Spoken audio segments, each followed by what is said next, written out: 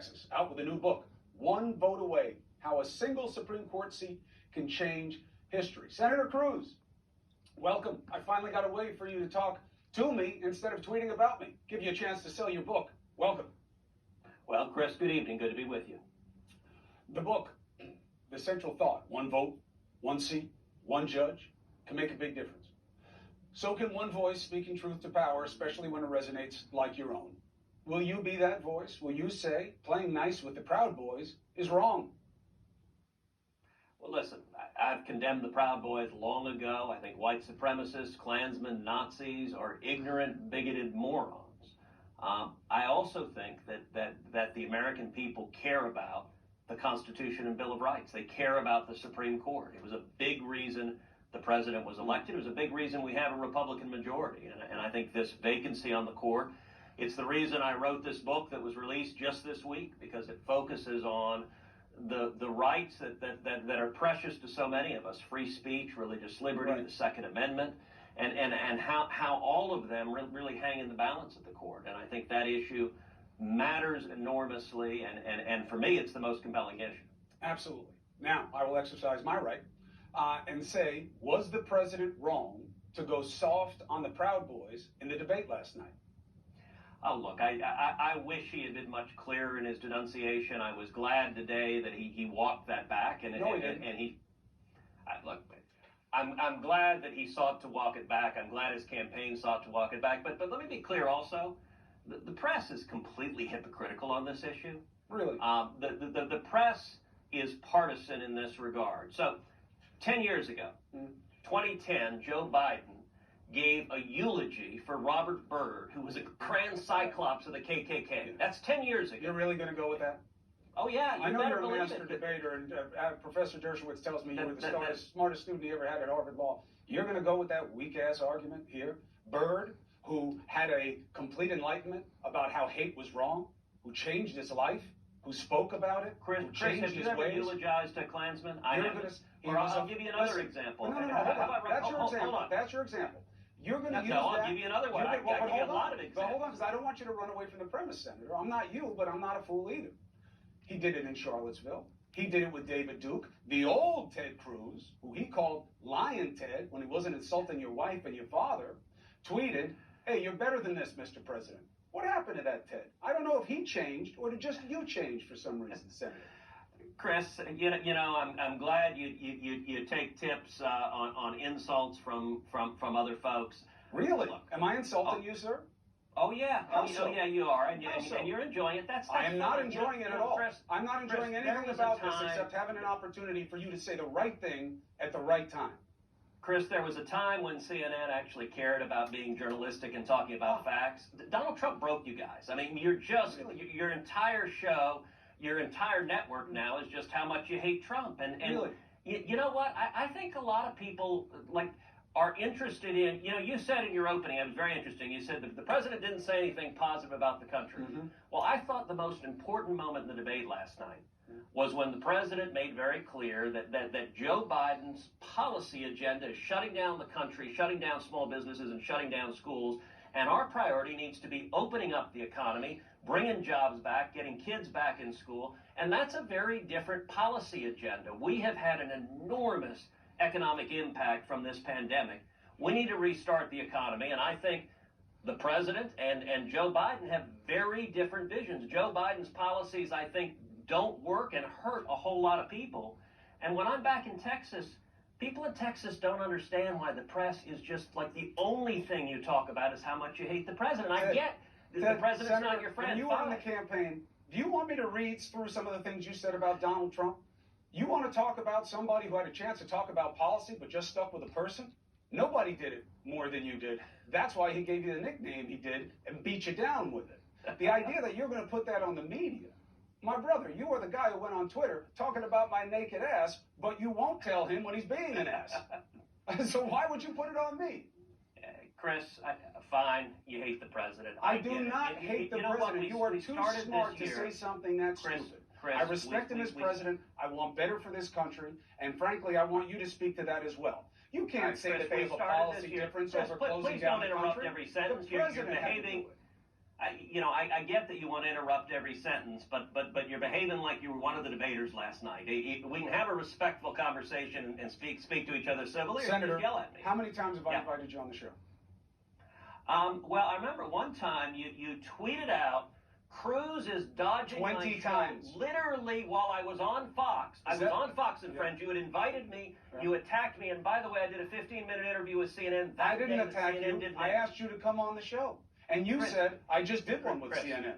Every show is different. You literally put me on the screen and said, Ted is afraid to come on. And you invited me while I was on Fox. I mean, it was, look. 20 times I've Let's invited actually talk you. about substance. 20 times. Your list, Chris. You're here right now because I want to give you a chance to speak. Chris, I'm here right now, so let's actually talk about Good. substance. Why do I care? And let's Because talk last about, night you say the most important thing was when he talked about the timing of who shut down the economy and when, which was it's always not the timing. which was his what choice. the solution is right now, 51 million Americans have lost their job. Right. They want to go back to work. Small Right. businesses want to open up. Restaurants Yes. want to open up. They should. Movie theaters want to open They up. should. People want to be able to provide for their families. They should. Moms want their kids to go back to school. Yes. And Dads Joe too. Biden and the Dads Democrats too, you are know, dads care responsible about for their the kids in school, shutdown. not just moms. Dads care too. And you know why it can't Absolutely. happen? And you know why it was wrong for him to tell your governor he was doing the right thing when he wasn't? And he had to learn the hard way? Same in Georgia, same in Florida. Testing, Ted. Testing. Look, Testing, I am a huge proponent of The of federal testing, government has but let's not be been, very, and the very president clear. has slow walked it, sir. Go ahead. I get that your show wants to attack Texas and Florida and Georgia because they have Republican governors. We have also had much, much lower death rates than many other parts of the country. And it's political, the attacks you're making. I think what we should be focused on, yes, testing. I'm a big proponent of testing. We need to do more testing. Right, why don't but we need people to go back to work. Why don't we do the testing so people can go back to work? Why don't we do the testing so kids can go to school? Well, I'll tell you, I've introduced actually legislation in the Senate to create a tax credit for employers to test their employees What happened on a with it? weekly basis. Why haven't you guys voted on it? The Democrats are blocking voting on everything. They've filibustered legislation multiple times. I don't think either Pelosi or Schumer actually want anything to pass. Did they read Green Eggs and Ham? By the way, have they tried that one yet or no? They're saving that for you. Yeah, Chris, right? Do you actually want to talk substance? Or We are talking substance. I just like to call out the hypocrisy when it's there because the audience heads stay on straight that way. Because they're not like, wait, this is the Green Eggs and Ham guy. Is he talking about filibustering? You know, that's what this show is. But I have to tell you, to cheapen it by saying, I want to take political shots about COVID. You know I had it. You know my wife had it. You know my kid had it. You know I network with people all over this country who are still suffering with it. You know I hate that kids aren't in school. Or your staff should have told you. I talk about it every night. It couldn't be less political for me. I don't want people to get sick. Chris, and if they you tested attack more, Ted, they'd be Republican better. governors. And let me say something. There is something disgusting that Democrats are doing, that Joe Biden does, and that you do, which is you try to blame the people who've lost their lives on your political enemies. And that's just not right. It's not right at all. I'm saying that when and you it's hear particularly not right 200,000 people die, you don't say it is what it is. I'm saying that but you know when what? you could It's have slowed it particularly down not and you right, didn't, Chris, you when own your it. brother has presided over the state with the highest death rate in the country. And New York's I'm not. I know your brother didn't want those people to lose their lives, but you shouldn't play politics with. So you don't think he intentionally killed them? That's good. That's No, very charitable of course of you, not. Ted. Of course not. But Must I be do the think we Christian can in have a very reasonable policy discussion about the policy mistakes in New York and New Jersey of sending COVID-positive patients into nursing homes. I think that was a But that didn't very happen all serious over the policy country, mistake. right? That wasn't no, the it most didn't happen in vulnerable Texas. population. It's one of the reasons why the death rate in New York is 4 times the death rate in Texas, the place where the governor said that you didn't need to test and you didn't need masks, right? Okay, the president gave him a pat on the head. That's just a complete fabrication, and we test a lot. I've been tested The same many governor times. who said we didn't need to shut down, go out, and then he had to turn around and do it differently because cases popped all over the place? That guy? Is that what Chris, you're talking about? was it a Or is that too mistake? political? Was it a mistake when your brother implemented a policy that nursing homes had to accept COVID-positive patients and endangered the lives of My tens brother of was thousands the of first one seniors to in New York say State? that there it was a learning curve and that mistakes were made and they changed things as soon as they could. But then now, don't look, be a I could hypocrite write about that it. off as a political don't attack, claim, right? And I could ask you. I could ask you questions about only things that have to do with your family, but I'm not going to do that because the general propositions Chris, I'm matter actually more. talking about public policy that was a serious mistake. And testing is not public policy. Testing is not public policy. I'm not interrupting you. Let me actually get a sentence without interrupting I think you've gotten many, sir. I'll show you the tabulation of who spoke and how much in a segment later. Go ahead. Chris. Yes, sir. This pandemic has been an enormous challenge across the country. I think Democrats and Republicans are trying in good faith to keep people safe, but I think we can also have reasonable policy discussions about what works. A, to keep people safe, but B, to get people back to work. And I think people want to go back to work. You know, this week Disney announced 28,000 layoffs. Now, Disney is not a right-wing company. They're a very liberal company. But what's interesting about Disney, is they're doing the layoffs in California because California shut down the theme park. They're not doing the layoffs in Florida because Florida opened Disney World. I mean, it's a clear contrast where Democratic politicians in California have shut it down, and they cost people their they're jobs. out of business and not the place that they're in business, and you're saying that's political. No, I'm saying the policies of Democrats to shut the economy down are bad policies that hurt people's lives. What do you do when people are getting sick? What do you do when people are getting sick, Senator, and you can't test them? You don't send them and they into don't wear masks, and you tell them not to. You don't send them into nursing homes. Oh, so the nursing homes was the sum total of the entire problem in the country. That's what it was. It led to New York having 33,000 deaths compared to Texas having 15,000 deaths, and Texas has 50% more population than New York does. And what about all the cases that they had? And how many people got sick by the refusal to shut down businesses? You say you want to open them up, but you won't discuss how. You say you introduced a bill, but you won't talk about the president and his failure. The testing has to be done at the federal level, Ted. You know this. You understand a little bit about state economics. You know the governor can't do it himself, right? Well, actually, governors have taken the lead and have had much greater success. Texas' record on every level is much better than New York and New Jersey and Massachusetts. That's not true. Look at New York's numbers. Look at the rate every day of testing. My brother puts it out every day. They were the hub of where people were coming. You guys want to celebrate China. You let in 40,000 people. It had already moved to Europe. So Chris, you let in tens of thousands of people. They went to the hubs. That's why we got so sick. Does it trouble you at all that New York and New Jersey had the highest death rates in the country? Of course. Does that make you pause and say, God? It all troubles me, Ted. And to watch guys like you stand by and stroke your beard like a wise man instead of telling the president to get on it when you have power. How about tell your brother to get on it? My brother will stand for his own record. Why don't you talk to the president the way you talk to my brother, Ted? You afraid of him? You think he'll smack you down at home? Oh, is that yeah, what it is? Like he's terrified of the Cuomos. You guys not are really Cuomos, tough. I'm talking about the president. My brother's not the president. I'm talking about the president. The one who called you a liar. The one who said your wife was ugly. That guy. You know, the guy now who you won't say anything about. I recognize that you like it. You actually wonder why you don't have a lot of Republicans that want to come on your show. I have more than any other show. And yell at me and insult. I'm not yelling at you. I'm raising my voice to match your own because you want to play games, Ted, and people are dying. That's okay, Chris. You're perfectly fine to scream and yell because you know what? Oh, but you don't. You're doing it because you don't want to discuss the substance. Like you invited me on the show to actually talk about the Supreme Court and talk about the book One Vote Away, and instead you just want to repeat insults over and over and over again. Oh, but you're not. Actually talk about you just bring up my brother for half the interview because you're such a fair guy. Well, you play it so straight down the middle. You were just playing in a biased way, attacking because the president's not at the top Georgia, of the food chain. Coincidentally, happen to be Republican states when the death rates they are markedly worse, and we should ask when the death rates are markedly worse in some states than others. We should ask a reasonable question. Yeah. Why didn't the president help sooner? That's the question. Why didn't the president help sooner?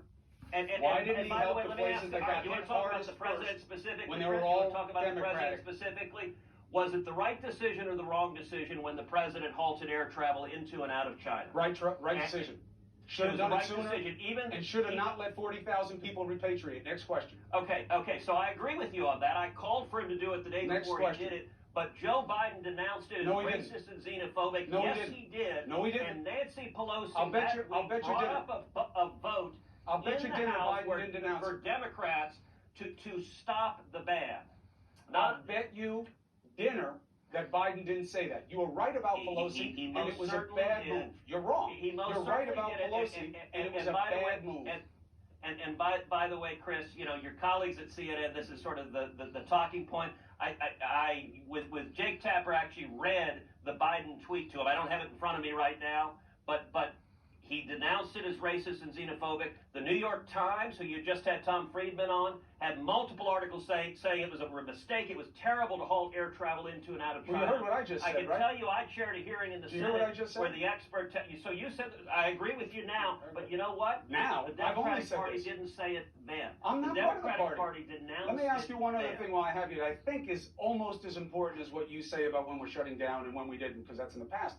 What the president said about the election, Senator, seriously now, I'm happy to joust, but not when it's existential, okay? That's why I come at you about the pandemic, because for me, I don't play politics with it. I'm a little insulted by that, but I'll make it. You don't play politics, you just only attack Republicans over it, but you're not playing politics. I have Republicans on all the time who are willing to come back all the time. You attack Texas, Florida, and Georgia. No. Is there anything similar about those states? Please, Senator, you sound silly. I talk about people and how they're struck in those states all the time. I care about them, and I want them to be better, and I don't want them to be sick and go through what I did. So that's why. I do it with Democrats, too.